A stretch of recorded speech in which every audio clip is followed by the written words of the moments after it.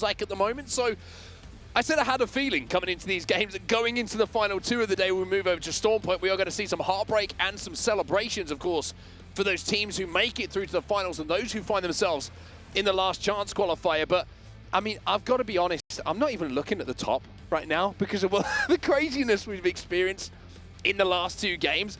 I'm looking down at the bottom, and I've got eyes on Riddle Order.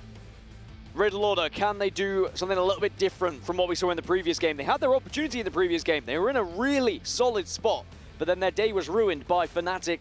And sadly, Fnatic couldn't even then hold that position, and it was eventually given over to DMS, who went on to win that game. Now, Northeption, who are 1 point behind TSM, they will also be a big focus point for us here on World's Edge. But with 3 games still left to play, there's a lot of points that are available, especially if you do find a victory. But of course, you're looking for the average scores, you're looking for consistency here if you want to be progressing into that top 9. Zone-wise, we are going down towards the southeast side of the map. It's not all the way down to Dome, but it is going to be over towards Stacks and Big Mord. This is one of these zones as well. I mean, I look at it for the first time, I'm like, this may be the paintball zone, maybe pulling towards Dome and the outside of Stacks, but all of the players, and myself included at the moment, are probably just second-guessing all of the zones that we are seeing. The last one, it felt a little bit more predictable, and it went the way that we would expect. But we've had these kind of zones before where everyone starts to play for Mord, tries to play for the bridge, play for the broken shell, and then it pulls hard in towards Stacks, and we're all like, okay, well, it's a Stack zone. So what it does do is give us playable area, right? You look at Stacks, and you're thinking playable area is going to be big, but then there's the bit in the back of your mind that's like, do we play for third beacon? Because third beacon might give us the shift back towards Siphon. It's a tough one to read. It is tough because by the time that other teams have arrived towards Stacks and Big Mord, the 2 beacons that are there and available for you, the 2 consoles, excuse me, are not going to be available for a team to grab easily. So for Mizuchi, they need to decide, do we want to play for Mord or do we want to play for Stacks? Because they do have that ring console to work with. Well, we've just seen Timmy get knocked in the kill feed, so they've got to do a little bit of work here to get back into the game as a full 3. So a little bit of an early exchange going down.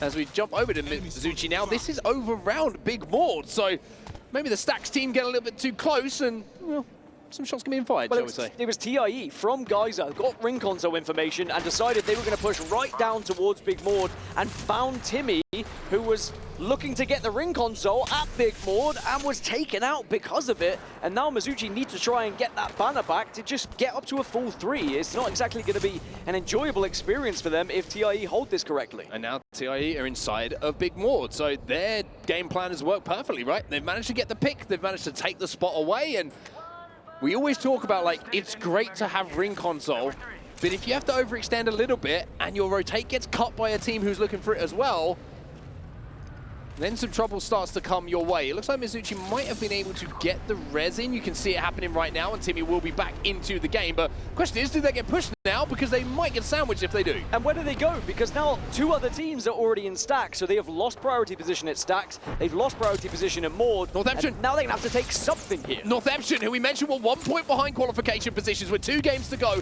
as they entered this game. Well, damage was being dealt and damage was being taken. It's Blackness International who are looking to force the pace here. However, Northeption have managed to retreat. They've managed to get into the RV, but look at the shields, look at the armor, and look at the knocks coming in now. Northeption on the back foot. Blacklist International have quietly gone about their business, but there's nothing quiet about this push that they see alongside NRG right now, who will be able to clean up the pieces that Blacklist pushed their way. NRG get the chance to reset. They're going to be within the RV, and this seems like a good chance to jump into a listening with NRG and see how that communication is going to be going down right about now. We have kills, we have kills! Contact. They're gonna slide in right here, right here! Grenade him. Yeah, we go! Right here. Crypto 1! Crypto 1! Hit this! Paying 67. Yep. My fusel is passed on the right. I have one of my fusel guys. Yep. I'm hinting! Where's his bang? On me! One! Got him. Nice! Nade. Yep. Res me! Doing it. On your face, man. Dropping armor. Bang, kept running. Did we get the kill? Yes. Did we get both? Yes. Oh, I actually don't know if we pulled together. Yeah, we pulled both. Yes. Okay. Falling over us. Into the next water. What? We need to get in. Yep, going. Careful! Go back! Come back. Can we just RV or no? Yeah, we can. I'm just walking it. Yeah. Don't take the zip. Yep. I'm gonna pop the top star. Anyone need 3x? No, You watch my choke for a sec? I'm gonna leave this body one more time. Then there's nothing on it. It's like a 3x and disruptors. Always better this than body? iron I was sights. grabbing ult star. I think Mod left. I think it was the solo. Okay. We should. Can we hit Beacon? Ultic cells, Can we hit three Beacon? ultic cells, yeah. Console here. Well, a little bit of aggression being shown by NRG and that listening as well. Not only did they get a couple of kill points secured, they secured the space around it. So shutting down teams who are trying to move into Maud and keep the space on their side. A good job from NRG. So it's going to be DRG against Weibo on the other side, by the way, and DRG have already lost one. And Weibo, after their previous performances, are probably feeling on top of the world, but at the moment they're fighting tooth and nail just to avoid the damage from DRG, who are now down to just one and should be eliminated, will be eliminated, and it's Alliance who are on the other side of this that will pick up the kill here. By the way, Effect, currently going into this game, he has 7,800 damage after those 7 games. Averaging over 1,000 per game is pretty nuts. We were gaming. Oh, just you felt that scalp bullet hit a little bit harder than they normally do. We're in 5th, by the way, now. We were gaming. You're welcome. Dan and I send our compliments. Alliance up on the rock, though. You can see using the Pathfinder zips again just to get themselves into these elevated positions. And now they're going to use a little bit of other jungle gym equipment in the evac tower to take another position here. Look at the shots coming in from Hackis with that Nemesis. Not enough to break the shields, not enough to break the hearts, but it's good enough to force the team away. By the way, Unlucky has just short of 7,000 damage as well. Both the 2 players on controller have been doing their job, and you heard Hackis in the interview earlier. He kind of just sends them, but Northeption have been eliminated in 19th position. So remember, they were the team that were chasing TSM. Weibo's still alive, though. Bobo is going to do his hardest here to try and survive and get Weibo just that little bit further into this lobby.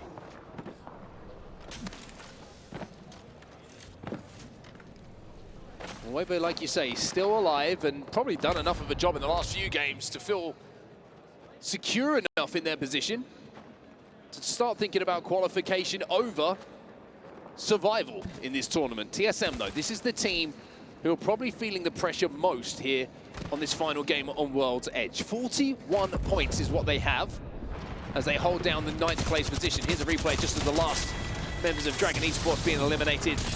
A little bit of more work being done onto Na'Vi by Alliance. But TSM, this is the story I think we need to keep our eyes on in this game, because they've got a tough rotate to this zone. They are not in the zone as yet. Everybody else in the game is inside of next zone, outside of themselves, Elevate, Bleed, and Alliance who have a walk into it and essentially are in zone.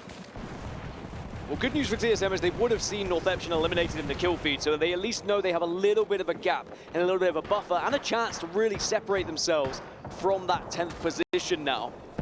As you can see, Mizuchi have been able to survive, get back on their feet, but they're not in the best position over towards Stacks, although depending on where this zone does go, you never really know. We have seen it where it shifts all the way to the southern side, but of course there was that famous zone just outside of this building, the one that Snipedown was able to get a kill with an heirloom.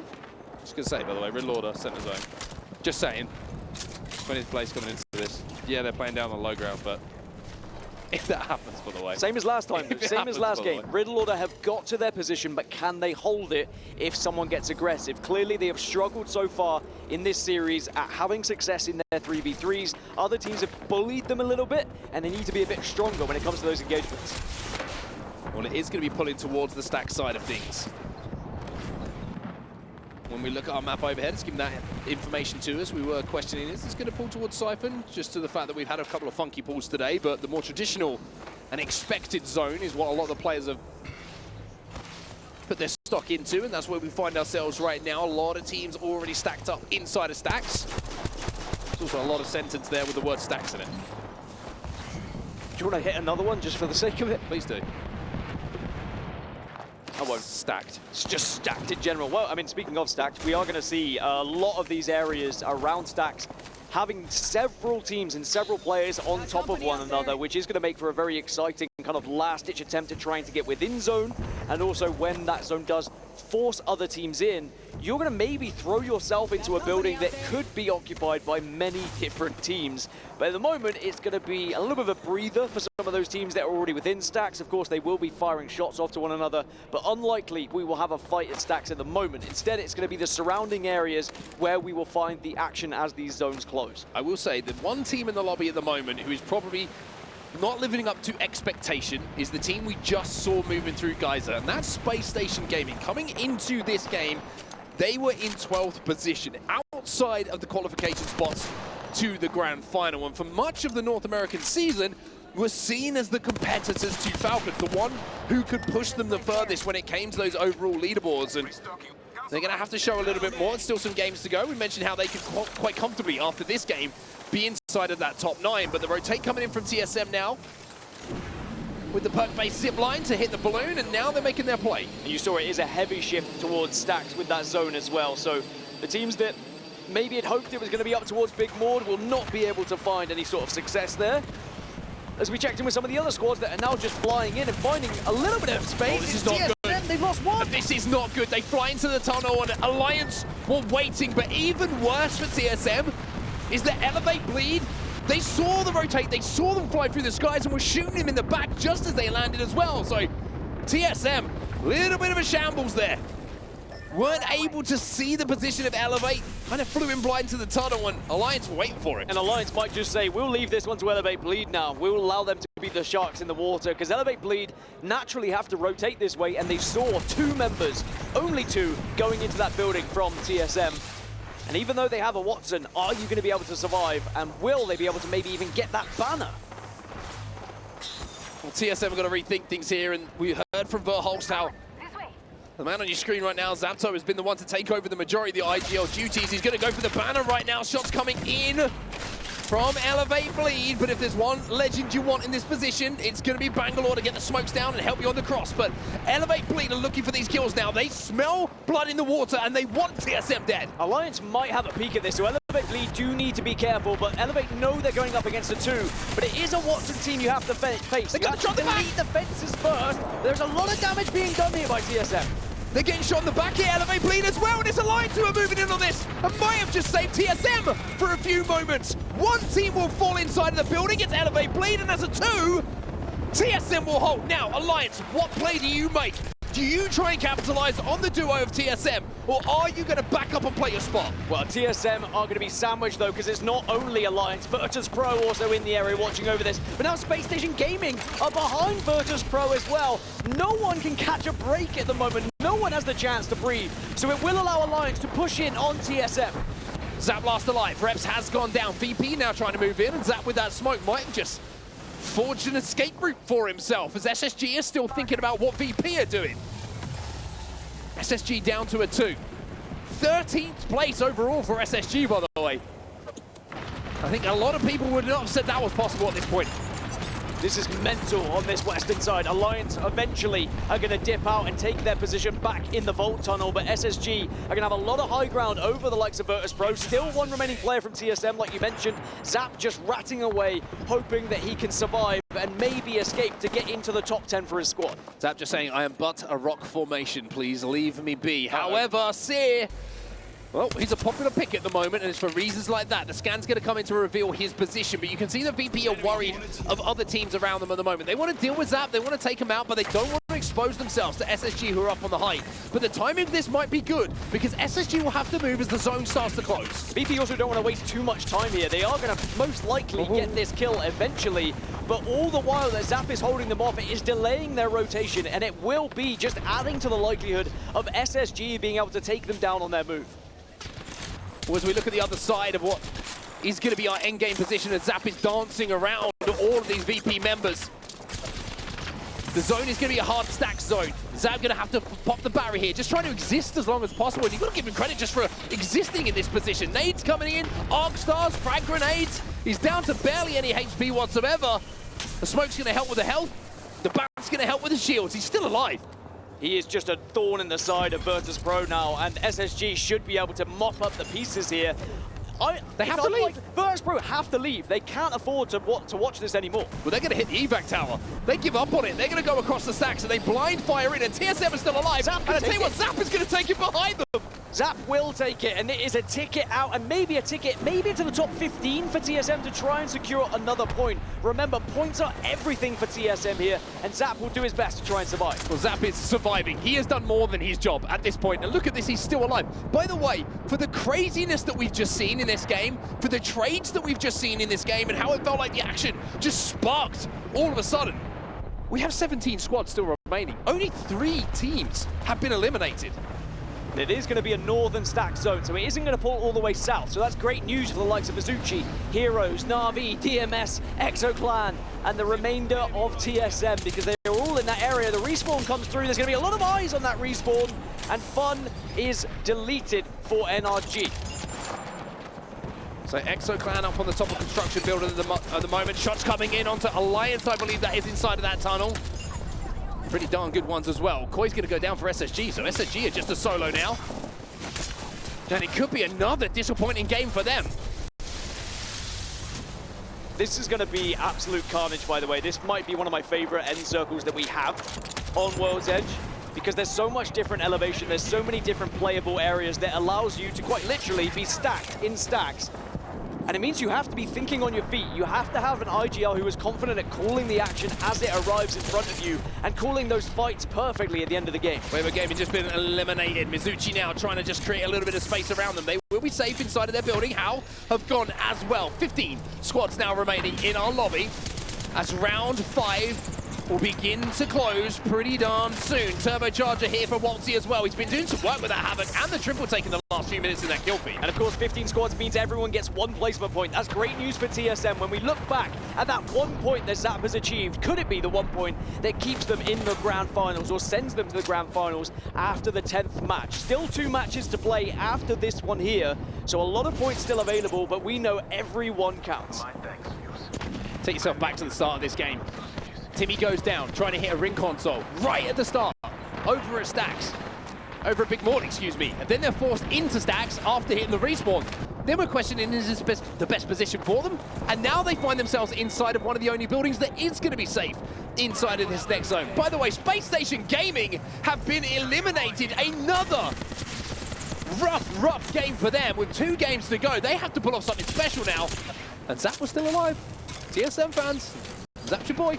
TIE also went down, and we get closer towards the top 10. You talk about points, you talk about Zap, you talk about TSM. If he gets into the top 10, his teammates better be giving him a shoulder rub after this one, because it is quite the solo performance. Blacklist International also falls, so getting closer to those top 10 positions is now Fnatic looking to try and make their way up in the Stacks buildings, but that is a missed PK shot.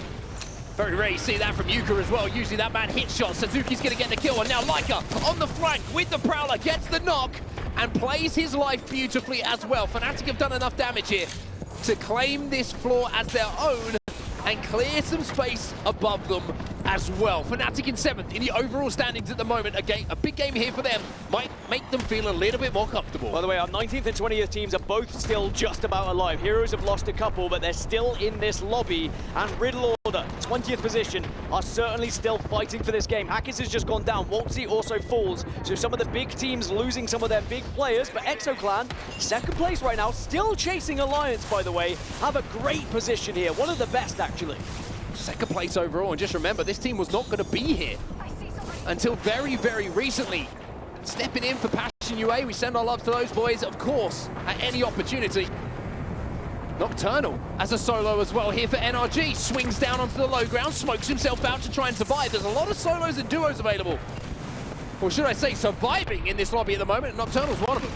Keep an eye on that kill feed. It's about to go off, an action about to unfold. TSM will be eliminated in 12th place. A great effort from Zap, but they finally will fall as now 11 squads are left. There is not much playable space down where the ring is going, by the way. So these buildings, if you can hold on to them, hold on for as long as possible as Heroes go down in 11th. Final player taken down by Fnatic. Yuka's taken a little bit of time to craft a battery.